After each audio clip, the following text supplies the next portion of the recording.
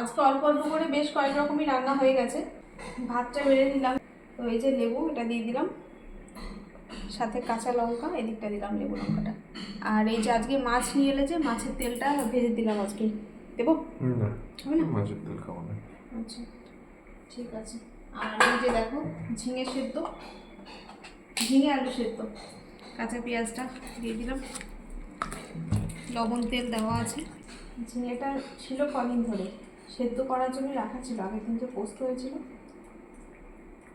তুমি সেদ্ধ দিয়ে খাবে তো? হ্যাঁ। এই যে আগের দিন দেখলাম এক বন্ধু লিখেছেন ঝিঙে আলু পোস্ত রেসিপি শেয়ার করতে, তো রেসিপি তোলা হয়নি। এরপরে যেদিন ঝিঙে আলু পোস্ত হবে সেদিন রেসিপিটা শেয়ার করব। এই মাছের তেল দিয়েই তো আমি চাইলে সব ভাত খেয়ে নিতে পারবো। টেস্ট লাগে ভালোই, ভালোই টেস্ট লাগে। তুমি তো আবার খাও না। আর এই যে দেখো আজকে এইভাবে করে একটু আলু ভাজলাম, পোস্ত ছড়িয়ে পাঁচফোড়ন দিয়ে। এটা বেশ ভালোই লাগে। হ্যাঁ, আর দেবো না, খাও, নিতে পারলে দেবো। আর লাগবে না। আর এই যে দেখো মুসুর ডাল পেঁয়াজ টমেটো দিয়ে। ডাল রয়েছে দেখলাম বাটিতে। কোথায়? ফ্রিজে ডাল সেদ্ধ, ওটা রেখেছি, আজকে সেদ্ধ করে রেখেছি।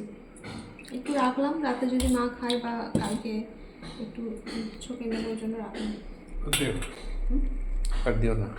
দেখো এখানটায় একটু চিংড়ি মাছ, আজকে তো আবার চিংড়ি মাছ আনলে, কিন্তু আগে চিংড়ি মাছগুলো ছিল, চিংড়ি মাছগুলো একটুখানি ওই একটু নারকেলও দিয়েছে, সব রকম মশলা টশলা দিয়ে একটু ওই মালাইকারি মতনই করেছে।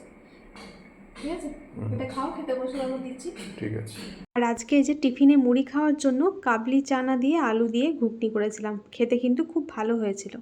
এই যে দেখো আগের দিন যে চিকেনটা মিঠির জন্য চিলি চিকেন করলাম, আগের দিন যে চিকেন এনেছিল সেখান থেকে সলিড পিসগুলো বেছে বেছে মিঠির জন্য চিলি চিকেন করেছিলাম। আর এই যে হাড়সহ মাংসগুলো ছিল, তো সেইগুলো আজকে এই যে আলু দিয়ে কষা কষা করে রান্না করে দিলাম।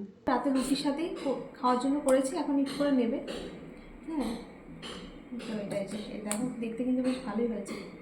এই যে আলুও দিলাম, ভাবছিলাম আলু দেবো না, তাহলে না একটা আলু দিই, একটাই আলু দিয়েছি, বেশি দিই আলু।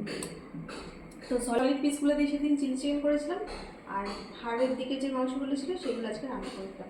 টক দই তো রোজই বসাই, আজকে টক দইও বসিয়েছি। আর ওখান থেকে একটুখানি দুধ তুলে নিয়ে এর মধ্যে একটুখানি চিনি দিয়ে বসিয়েছি তো। আর এই যে এখানে রয়েছে টক দই, আর এই যে মায়ের বানানো টক টক রয়েছে,